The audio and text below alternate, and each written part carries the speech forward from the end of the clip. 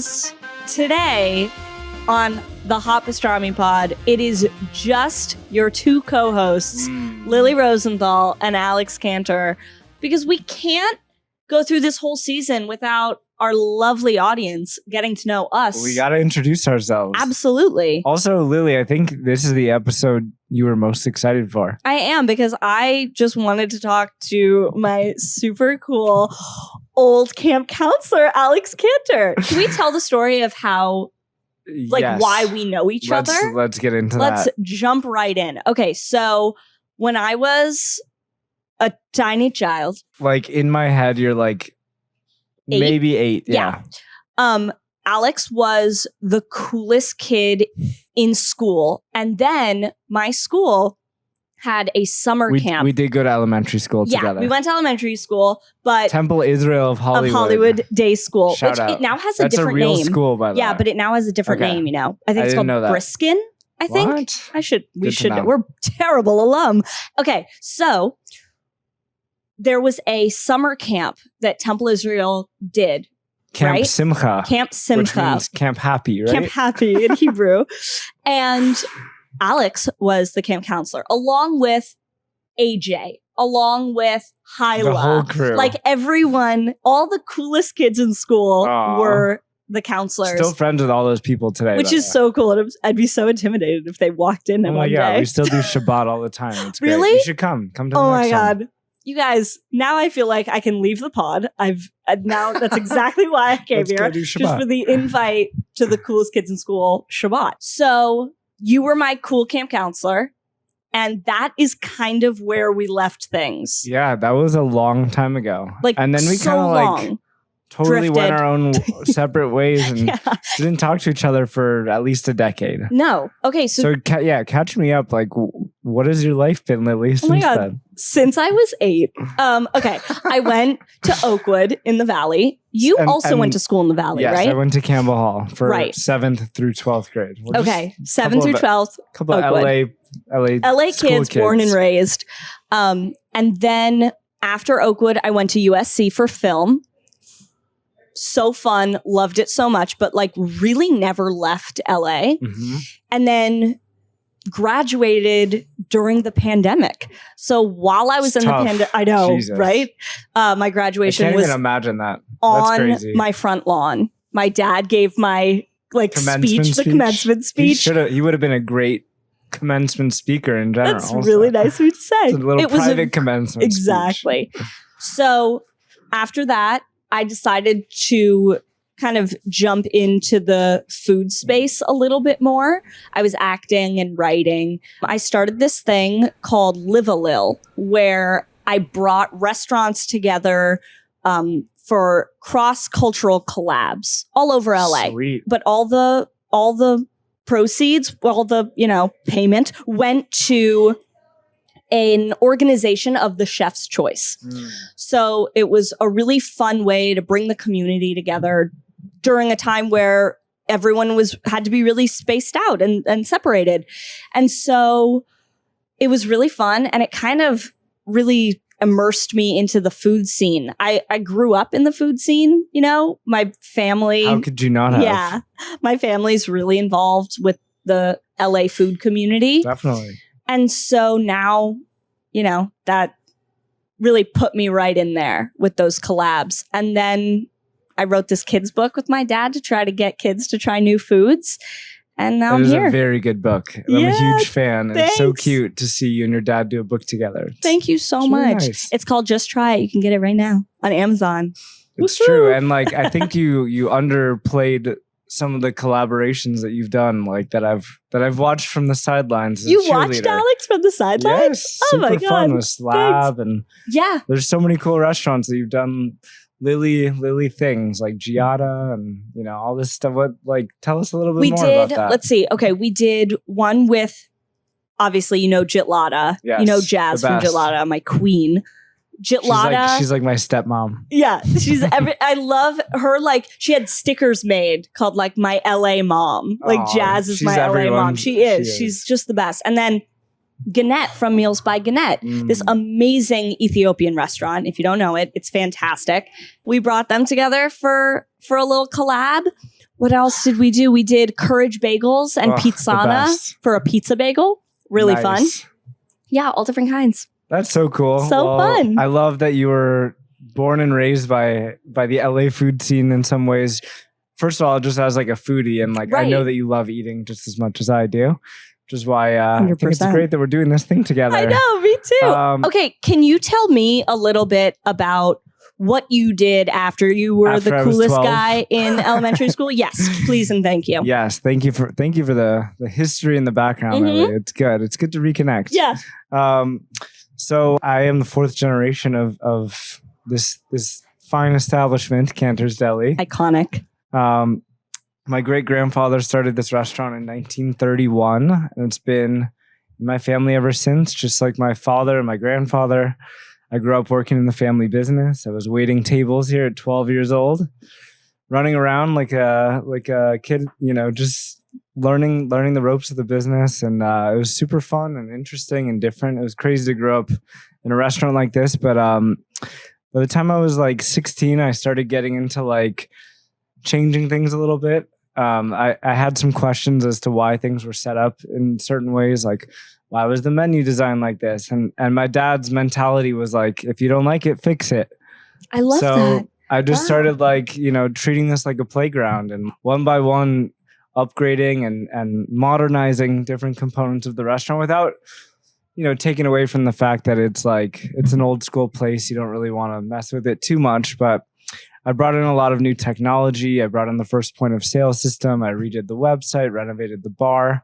Just would take on little projects here and there. And through that journey, I decided to run to college to Madison, Wisconsin for 4 years, which was really cold but really fun. Just a really quick side note. I do have a vivid memory of you with that like Wisconsin cheese hat thing that you would wear sometimes, and like a Packers jersey. Yes, I was a Packers fan. Told you I'm an OG Alex Canter fan. Okay, keep going.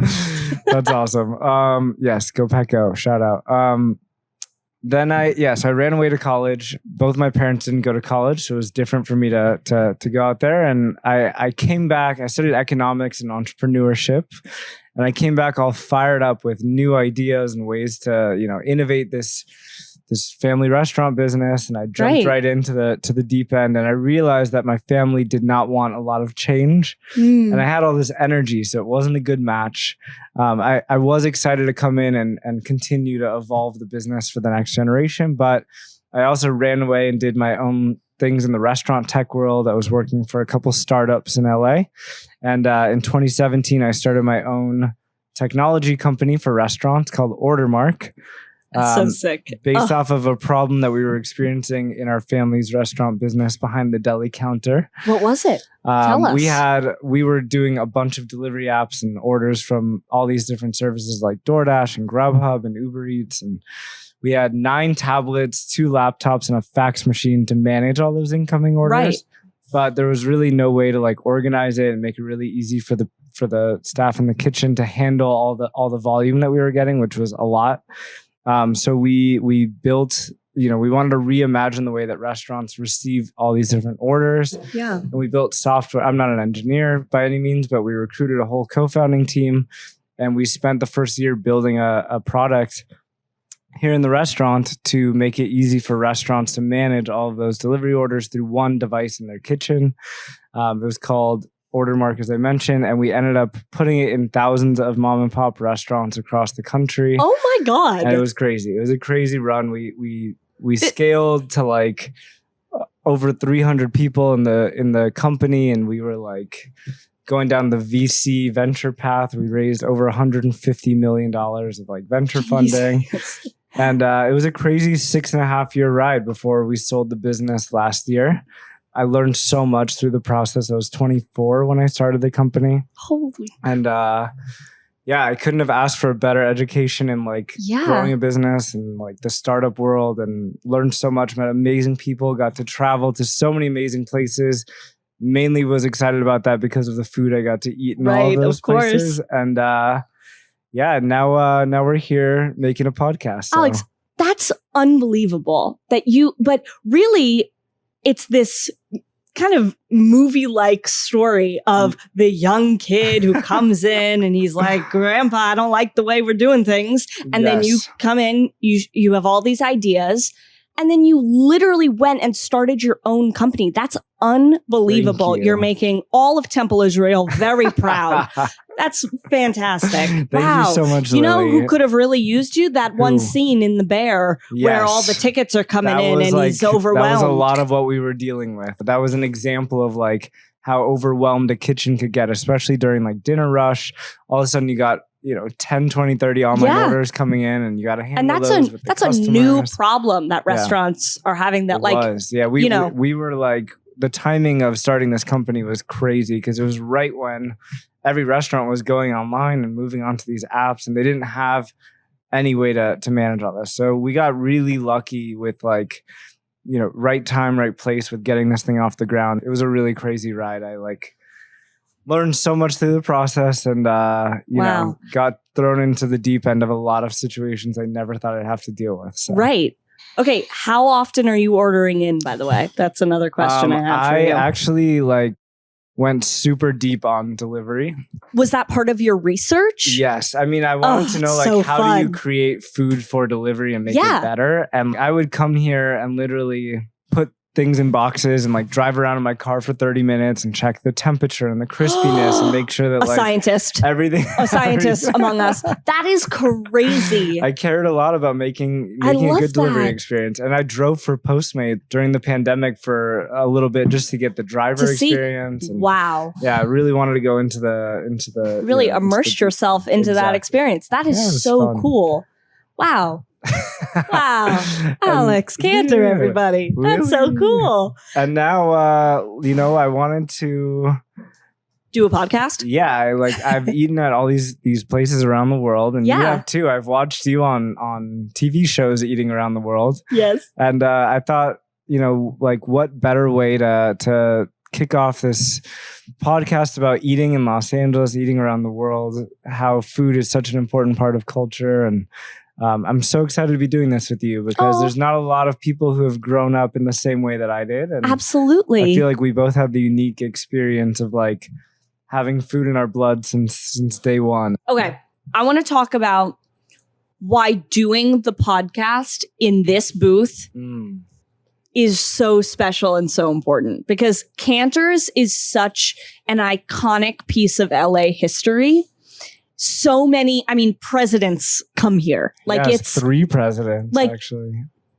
It's such a huge deal, this landmark of LA history. Can you tell us a little bit about it? It's very sweet. Yeah, Canter's is it's a really strange place. It's been in LA since 1931. Mm-hmm. We moved to Fairfax in the 50s, actually, when all the Jews were coming from Boyle Heights over to Hollywood area, which is kind of crazy. And at one point, there were actually 15 Jewish delis on Fairfax, and we're the last one standing. What? Which is kind of insane to think about. But I didn't even know that. That's crazy. Through the 60s and 70s, it was a hippie hangout. It was one of the first 24-hour restaurants in LA. So it's this place that's just been here for so many people through so many generations. When I would wait tables here, there would be an old Jewish grandma who would tell me that she used to come here with her grandma. And it's these generational stories. And it's really, really cool to be doing this here because I think we're going to capture and bring out a lot of memories people have had here over the years. Earlier, we were talking to George the Deli Man, who's been working here for 60 years. I almost started crying when he was telling the story of how long he's been here and how incredible your family has been to him. It's just he's so amazing. Cool. Yeah, he's 82 years old. He's still working 4 days a week. And I promise you it's not elderly abuse. He's he loves it. He loves coming in. You can tell he loves it. And he told us this month is his 60th year. That's unbelievable. That is special. There's not a lot of places where you have people who have worked here for 30, 40, 50, 60 years. And it's and really do unique. It with a smile that. It's really, that's such a testament to your family and the values that you guys have kept alive here. It's really special. Yeah, if you've never been to Canter's, it's this really historic place. You feel like you're walking into a time machine. All the absolutely all the art and booths and everything are all original. everything is like stuck in time. Like when they filmed Mad Men at that booth over there, actually. Yeah. You don't have to change anything, probably. Yeah, the set designer was saying, like, out of all the places that they ever filmed, this is by far the easiest because all they had to do was take the ketchup bottles off the table. So that is to make so it feel like cool. 1958 or whatever year it was. Oh my God. Yeah, it's one of those places. So it's really cool to be doing this here. I think there's a lot of stories to share. This is the dream job. It is. Are you a fun kidding? podcast. We just get to eat a bunch of pastrami and chill out in a booth at Canter's. Okay, I also want to talk about things we loved at the young age of 8 and 12. I would love to zoom into the mind of 8-year-old Lily and my favorite was Moshty Malone's after school. Wow. Do you remember Moshty Malone's? Yeah. It was right down the street from our school. And on Fridays, Shabbat, we would get to go to Moshty Malone's. Wow. I have not thought about that place in years. You have to go. It's so good still to this day. It's so great. I get the rosewater flavor. Do you like that kind of thing? I'm not a big ice cream guy, honestly. But that is a crazy thing to say. Sorry. Who says that? Okay, that's fine. You are. We're going to move on. I love milkshakes. I do. Cake and all that. I love anything sweet. Who doesn't? Then you, apparently. I know. I'm a freak. I like dark chocolate. That's like okay. Tiramisu. No, yeah, that makes sense. Okay, so where were you eating when you were a kid? Like, you left school. What was your go-to after-school snack of choice? Oh my gosh. Every Sunday night, my whole extended family, my cousins, my aunt, my uncle, all 4 grandparents. I was very fortunate to grow up in LA with like all 4 grandparents within a mile of me. We would go to a different restaurant not a different restaurant, but every Sunday we would eat dinner together. It was super cute and I loved it. And we had some rotating spots that we loved. Oh, like what? Really funny places, actually. We loved Kookaroo growing up. Oh my God, the one on Larchmont. Do you remember that one? Oh, that was the best one. It was so good. Bring it back. Gone. Bring it back. Sad. We want Kookaroo back. That's like a real LA. That's how you know you're from LA. California Chicken Cafe. It is. Right? California Chicken Cafe took it and elevated. It wasn't even that good, honestly. No, but it was nostalgic though.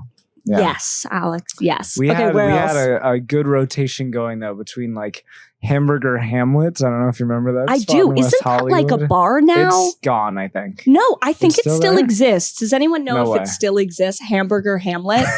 Sorry, I'm committed. I'm accessing parts of my brain I didn't realize I remembered. But we would go to like, Genghis Khan. We would go to, of course, classic. Pranzo. This is like a small little Italian spot in West Hollywood that's long gone now. We would go to Angelina Cafe on Beverly. There's a huge rotation of places we would frequent. My birthday meal growing up was always Benihana.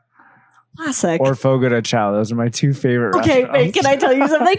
When I was a kid, I loved Fogo de Chao so much that one birthday we had dinner at home. A friend cooked and we called it Fogo de Lily. And I made homemade cards that were green on one side and red on the other at this restaurant, Fogo de Chao.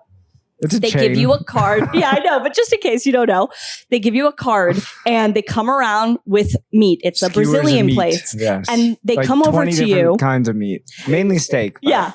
And if you want it, you flip your card green. And if you don't want it, you flip it red. And I remember as a kid, I thought it was the most fun. Like, I felt so powerful flipping that card. It was the best. Wow. I love that we used to go there. Cheese balls on the table. Yeah. I would eat like 100 of those. Oh, unbelievable. Okay. Tell me some of the places that you love right now. What are your go-tos?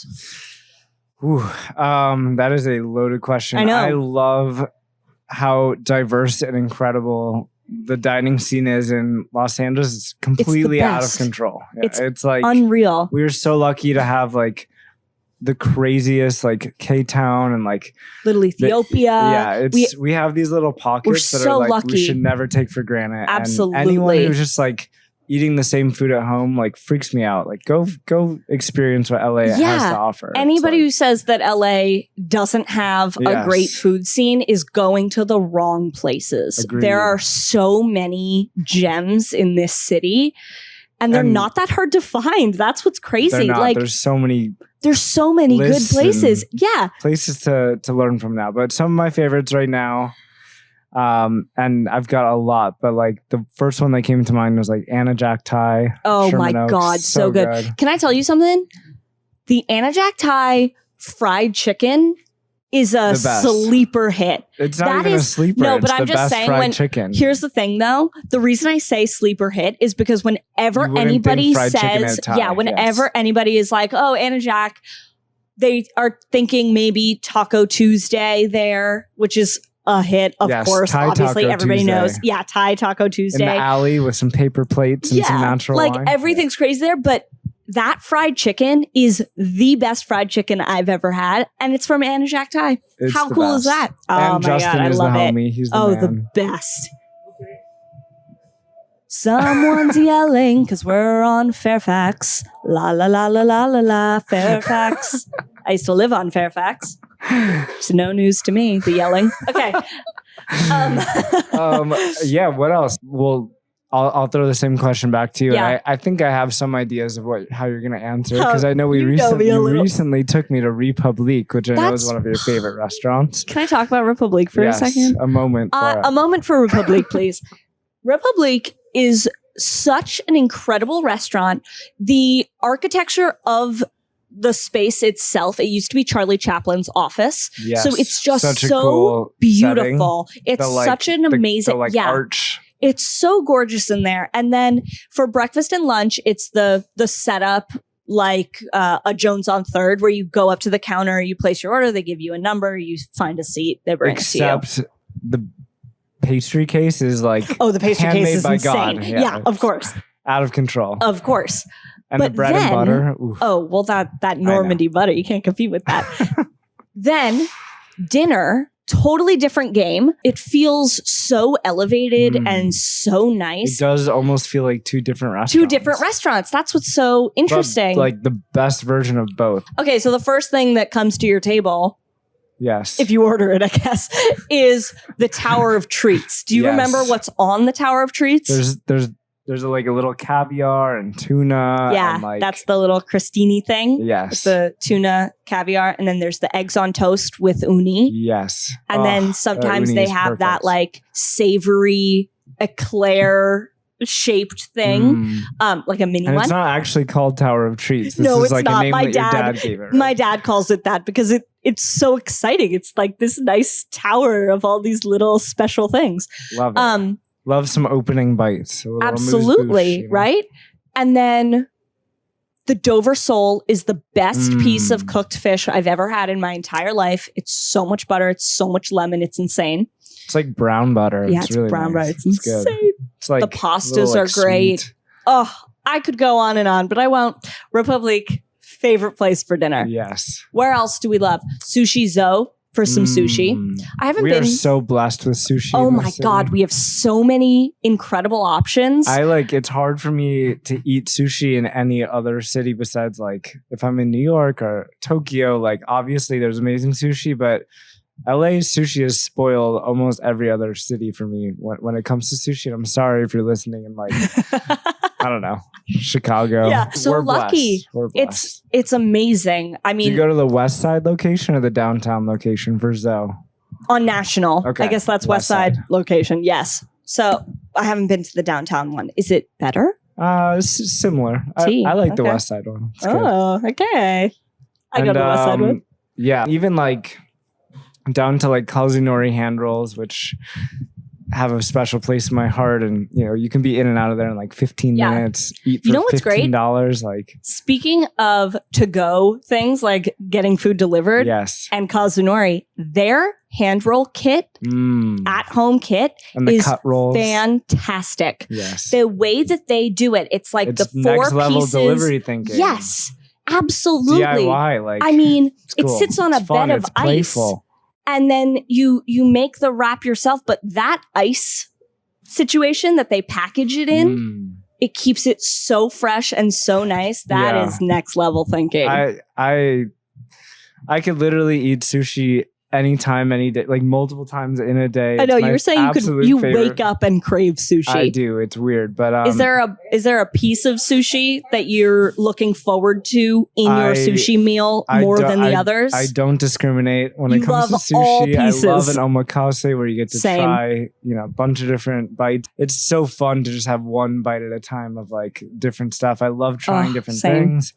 And as far as like omakase goes in LA, we are blessed with like super high end stuff like Sushi Ginza and Odera and Morihiro. I haven't been there. I really want to go. Barnazawa. Looks so good. I can go on, forever. But I've been on the hunt eating through all these different sushi spots, and it's like there's so many. It's crazy. Have you done Sushi Bar in Encino? No, and I really want to. That's also like popping up in other cities now too, which is cool. But it's really fun. It's like a speakeasy vibe. You walk in through. I don't want to spoil it for anyone, but you walk in through like a secret door, and it's cool. We should do it one day. Fun. Yeah. Oh, that's so great. Yes. Okay, so I have a question. You are a married man now. I am correct? A married man. Yes. Tell us a little bit about your lovely wife. And is food a huge part of your marriage? A huge part of our marriage. It's like intertwined into our love story. I love that. So I met Sarah, lovely Sarah, in college at Wisconsin. I found a Midwest girl and pulled her out of the north suburbs of Chicago and brought her into LA, and we are it's kind of crazy. Like we've been together over 10 years now. We've been married over 2. Oh. And our tongues our tongues have like morphed become into one. Yeah, like we literally like and don't like the same things. It's so weird because when we met, we had a lot of differences, and I would say I was much less adventurous with food when I met her. I don't think I was eating mushrooms or like. Did she bring that out in you? She definitely pushed me to like try new things. Wherever we go, we're never ordering like one dish for me, one dish for her. Everything shared. Obviously, it kind of freaks me out when I see like a family at dinner and they each order their own main course. Like, it's all about group ordering in general. But it's so fun. She's also an amazing cook. I don't cook, but she is constantly like perusing all the cookbooks and like on Bon Appetit and finding all the great recipes. I'm so in love with her cooking, and she's so good at it. And we love going out to eat. It's our favorite thing to do. One time we were in Portland, just on a little vacation, and we had all these friends sending us food recs. And so in one day we like rented bikes and we ate at 11 restaurants in one day, like one dish at each one. It's kind of like our own little food crawl. That's fantastic. Through Portland, and it was like a core memory in a lot of ways. It was a lot of fun to like go experience a city through food with Sarah. We've eaten a lot of amazing meals together, and that's really what is inspiring and guiding our like travels. We will pick where we want to spend our time on vacation based around on the restaurants. Like we will go to, when we were in Brazil a few months ago, we went to Sao Paulo mainly just to eat at Dom, which is a restaurant I've always dreamed of eating at. And it was so fun and amazing. And like it lived up to the hype. It was like a top 3 meal of all time for us. And to experience all these things together is awesome. Where are some places you want to get to that you've heard the food scene is insane and you have to go with Sarah? Such a good question. Top of the list for me, and there's some like, there's some places I would love to eat in. Like, I haven't been to China before, but I love Chinese food. I want to go eat. I've like never on a been full eating anywhere trip in Asia. China. Anywhere in Asia? Nowhere. Oh my gosh. Isn't that crazy? We gotta change that. I know. Yeah. Mason and I are dying to go to Asian Tokyo. food is like number 1 for me. Yeah, same. It's the best. I really want to go to San Sebastian. There's a lot of food forward cities that I'm like itching to go to, but also I love night markets. I love like street food so much. I haven't been to Thailand, and I really want to go to Thailand for eating. And recently somebody told me, actually someone who's a mutual friend, Drew Binsky. Oh yeah, Drew. He told me that Istanbul is a really underrated food city. Wow. It wasn't really on my radar. Quick for everyone listening.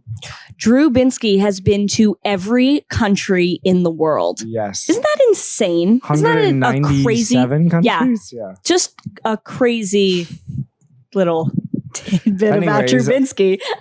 Yeah, Drew's awesome. What a guy. Yeah. And he was recently on Somebody Feed Phil on the Dubai episode. Oh yeah! Oh my god! That's cool. Yeah. Tell us about your lovely friend Mason. Oh my god! More than a friend. Spoiler alert! More than a friend.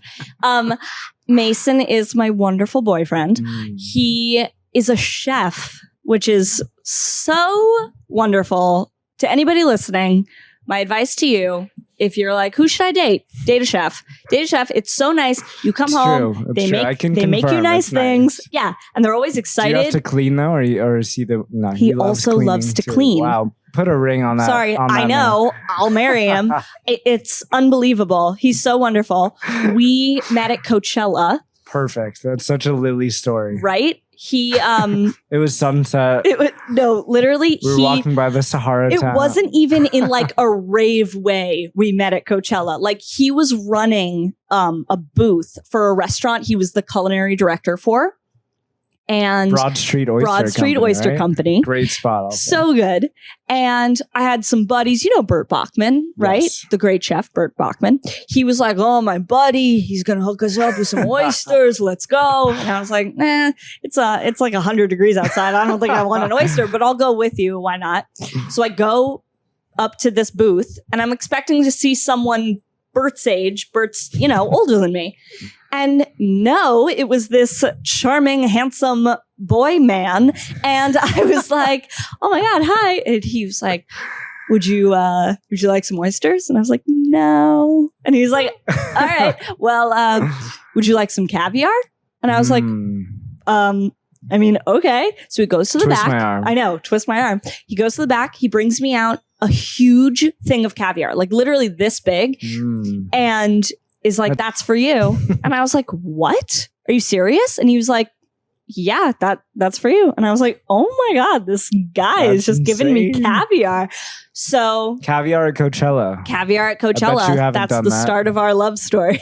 That's and now start of any good love story. We're opening a restaurant together. Because he's such an amazing chef and I want to do everything with him. I have not eaten his food, but I'm itching to do that. You're going to come to our house for a dinner party. Yes. That's what we do best. That's amazing. I set the table. He cooks the food. It's very nice. You'll love it. I'm so excited. I can't wait to eat at your restaurant. Thank you. Heard little tidbits of what's going on, but so it's a fun project to bring to life. Although you're a little crazy for wanting to open a restaurant. I know. It's a little insane, but I think that that's what I'm meant to be doing with my life. I feel like I've tested out a bunch of things. In college, I took an acting class, I took a writing class, I took a directing class, and I was like, oh, that's what I want to do. At the end of each semester, I was like, wait, just kidding. That's the career I want. That's the journey that we're all on in exactly, life, right? And so then immersing myself into that food space after college, I realized that like,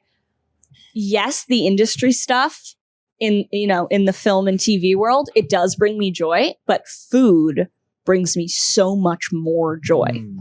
And so I literally like wake up and I look forward to eating. Like it's like what excites me in the day is like planning each meal and like not wasting a single one. And, 100%. I feel like you feel that as well. Yeah. I mean, it's what you said about like it's why we go on certain vacations. It's why we'll take a trip to the San Gabriel Valley for the best dim sum. Like that's how I want to. By the way, San Gabriel Valley is 40 LA minutes. Adjacent. It is 40 minutes from us. Everybody should be going. If you live in LA, go to the San Gabriel Valley. Go to get the best dim sum, the best Peking duck. Anyway, we focus so much on the best food and the best meals. And like, that doesn't mean it has to, be the only thing we care about, for sure, but it brings us so much joy. Why not? Right? Why not? And what are some countries or cities that you've gone to that are either top food places or ideal, places you want to go to that you haven't been? Okay. So have you been to Copenhagen? I have not been to Copenhagen. Okay. Copenhagen is so magical and sweet and lovely, and then has the coolest food scene. It's where Noma is. It's where I was all supposed these to go great. to Noma last year. I'm very Really? upset that I didn't And go you on didn't? that trip. Yeah. All right, I it's did a okay. week in Amsterdam instead. And it was Amsterdam also is a good eating. great food city. Yeah. But Copenhagen, there's something about it that feels like Paris. Paris is another great food city, but everybody knows that one. There's just something so wholesome about Copenhagen. Very unassuming that you would find such different, diverse food scenes in Copenhagen, and you do, and it's really remarkable. And then I'm trying to think where else. Anywhere in Italy. Anywhere in Italy is going to have great food. Kind of want to go live in Italy for a little.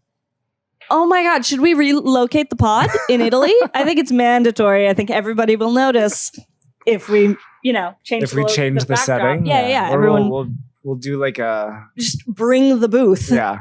Perfect. So Italy, great. I'm trying to think where else. But I've never been anywhere in Asia, and Japanese food is one of my favorite types of food. I want to go to Hong Kong. I want to go to Taipei, Vietnam, Thailand. Yes. There's so many places. Let's just go on tour. We should just do the podcast on tour, the world tour. Sounds perfect. We'll get a bus. Yeah. Or a plane. We might need a plane. Yeah.